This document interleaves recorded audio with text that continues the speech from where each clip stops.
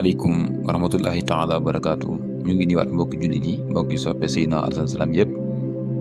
di niñ koy defee jamono yi ñu indi témoignage yi jëm ci Seydina Alassane Salam di ci tànn ay thèmes di ko waxtaanee ngir fàttali doomu aadama yi wa zakkir fa inna zikra tanfa'ul mu'minin